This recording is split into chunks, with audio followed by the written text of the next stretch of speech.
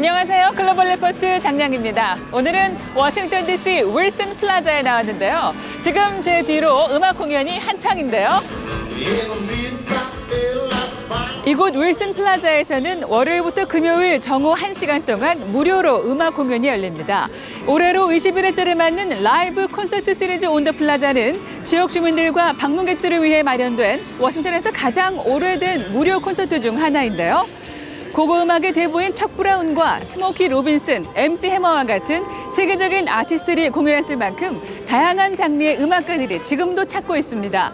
금요일 오전 11시에는 신선한 야채와 과일, 꽃 등 지역 농산물은 물론 즉석에서 맛볼 수 있는 다양한 먹거리도 준비되어 있어 음악과 함께 즐길 수 있습니다.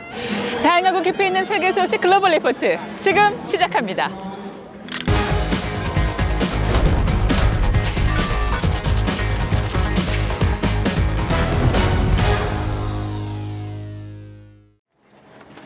영국의 엘리자베스 2세 여왕이 8일 96세를 일기로 서거했다고 영국 왕실이 밝혔습니다.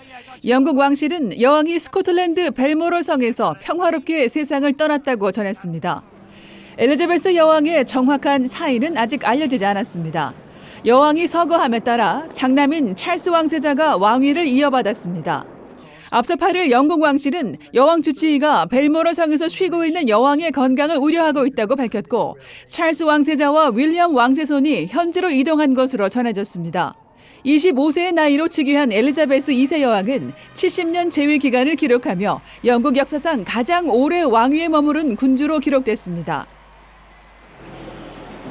리즈 트러스 신임 보수당 대표가 영국 총리로 공식 취임했습니다. 트러스 총리는 취임 연설에서 영국이 현재 러시아의 우크라이나 침공과 신종 코로나 바이러스의 여파로 인한 어려움에 직면하고 있다고 말했습니다. 그러면서 동맹들과 합심해 전 세계의 자유와 민주주의를 위해 일어서야 한다고 강조했습니다. 곧바로 첫 강요회를 연 트러스 총리는 일기 내각의 핵심 요직에 흑인 등 소수 인종과 여성을 발탁하면서 영국 역사상 처음으로 총리 포함 4대 요직에 백인 남성이 없는 내각을 출범시켰습니다. 타이완 해협을 둘러싼 군사적 긴장이 고조되는 가운데 미 국무부가 최근 11억 달러 규모의 무기를 타이완에 수출하는 방안을 승인했습니다. 여기에는 사이드와인더 공대공 미사일과 하푼 지대함 미사일, 타이완 정찰 레이더 프로그램 지원 등이 포함됐습니다. 워싱턴 주재 중국 대사관은 성명을 내고 양안 관계와 타이완 해협의 평화와 안정을 매우 위태롭게 하는 것이라며 철회를 촉구했습니다. 이런 가운데 인도는 최초의 자국산 항공모함인 INS 비크란트를 취역시켰습니다. 인도는 최근 인도 태평양 지역에서 영향력을 키우고 있는 중국을 의식해 해군력 확충에 나선 것으로 풀이되고 있습니다. 러시아의 블라디미르 푸틴 대통령은 7일 주요 7개국 G7이 합의한 유가 상한제에 반발하며 석유와 가스를 아예 공급하지 않을 수 있다고 협박했습니다. 최근 G7 재무장관들은 우크라이나를 침공한 러시아에 대한 경제 제재의 일환으로 주요 구매국들이 일종의 카르텔을 형성해 러시아산 석유 가격을 통제하기로 했습니다. 이에 푸틴 대통령은 자국의 경제적 이익에 반한다면 어떤 나라에도 석유와 가스를 공급하지 않겠다고 밝혔습니다. 그러면서 러시아는 서방의 경제적 제재에 굴하지 않고 우크라이나에서의 특별 군사작전을 계속 수행할 것이라고 말했습니다. 중국 스촨성 청도시 정부가 인근 지역에서 강한 지진이 났는데도 코로나 봉쇄 조처를 강행해 논란이 일고 있습니다. 청주시에서 약 200km 떨어진 루딩현에서 강한 지진이 발생한 5일, 시 당국이 주민들이 건물 밖으로 대피하는 것을 막았던 것으로 드러났습니다. 10월 중국 공산당 당대회를 앞두고 중국의 대도시에서는 신종 코로나 바이러스 확산을 막기 위해 강력한 봉쇄 조처가 시행되고 있습니다. 이에 따라 청도시 당국이 지진으로 흔들리는 건물에서 대피하는 주민들을 막으면서 관련 영상과 당국을 비판하는 글이 인터넷에 올라오고 있습니다.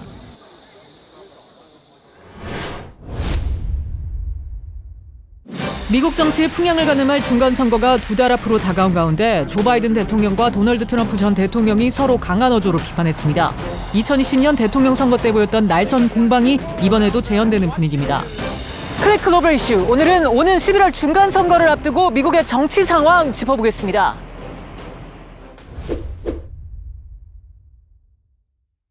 He's an enemy of the state. You want to know the truth? The enemy of the state is him and the group that control him. 플로리다 마라라고 자택에 대한 연방수사국 FBI의 지난달 압수수색 이후 첫 공식 석상에 선 트럼프 전 대통령의 발언은 자신과 자신을 지지하는 공화당원이 미국과 미국의 민주주의에 위협이 된다는 바이든 대통령을 겨냥한 것이었습니다. 트럼프 대통령의 이런 비난에도 바이든 대통령은 트럼프 대통령과 그를 추종하는 공화당원들에 대한 공개적인 비판을 이어갔습니다. But the extreme MAGA Republicans in Congress have chosen to go backwards, full of anger, violence, hate, and division. But together, we can and we must choose a different path. Forward. 민주당과 공화당이 의회 주도권을 놓고 경쟁을 벌일 중간선거 날짜가 2달 앞으로 다가오면서 전현직 대통령 사이 공방이 한층 더 날카로워지고 있습니다. 이번 중간선거는 2024년 대선을 앞둔 두 전현직 대통령의 향후 정치적 행보도 좌우하게 되기 때문입니다. President Donald Trump is Joe Biden's most likeliest political opponent in 2024, and this is less than 100 days from critical midterm elections. 최근 잇따라 주요 정책에서 성과를 거둔 바이든 대통령도 재선 출마 가능성에 힘이 실리고 있습니다. All major legislation championed by President Biden, from the American Rescue Package to infrastructure to the again CHIPS and Science Act. There's great interest in trying to understand where the United States is headed. 최근 미국 전역에서 실시된 설문조사에 따르면 미국인의 절반은 트럼프 전 대통령이 기밀 문건 유출로 기소돼야 한다고 생각하는 것으로 나타났습니다. 반면 바이든 대통령의 지지율은 지난 7월 37.5%로 바닥을 찍은 이후 5%포인트 가까이 올랐습니다. 여기엔 트럼프 전 대통령의 백악관 기밀문서 불법 유출 혐의가 한몫하고 있다는 분석입니다. The shameful raid and break-in of my home, Mar-a-Lago, was a travesty of justice. The Biden administration invaded the home of their chief political opponent. Well, I just want to know I've declassified everything in the world. I'm president. I can do it all. Come on. 미국 유권자들은 이번 중간선거에 영향을 미칠 가장 주요한 사안으로 인플레이션과 경제를 꼽았습니다. 하지만 총기 사고와 낙태 문제도 많은 관심을 끌고 있습니다. 특히 낙태의 경우 지난 6월 연방대법원이 보편적 낙태권을 보장한 로데 웨이드 판례를 49년 만에 번복한 뒤 여성의 권리 문제와 맞물리면서 중간선거의 쟁점으로 떠올랐습니다. 이 두 가지 사안을 바라보는 유권자의 시각차가 두드러지면서 이번 중간선거의 판가름을 가를 잣대가 될 것으로 예상되고 있습니다. 이번 중간선거 결과는 바이든 행정부의 남은 절반이 어떻게 전개될지 결정하게 될 겁니다. 만약 공화당이 이기면 바이든 대통령은 곧바로 레임덕 상태에 들어가 국정 운영에 어려움을 겪게 될 것으로 보입니다.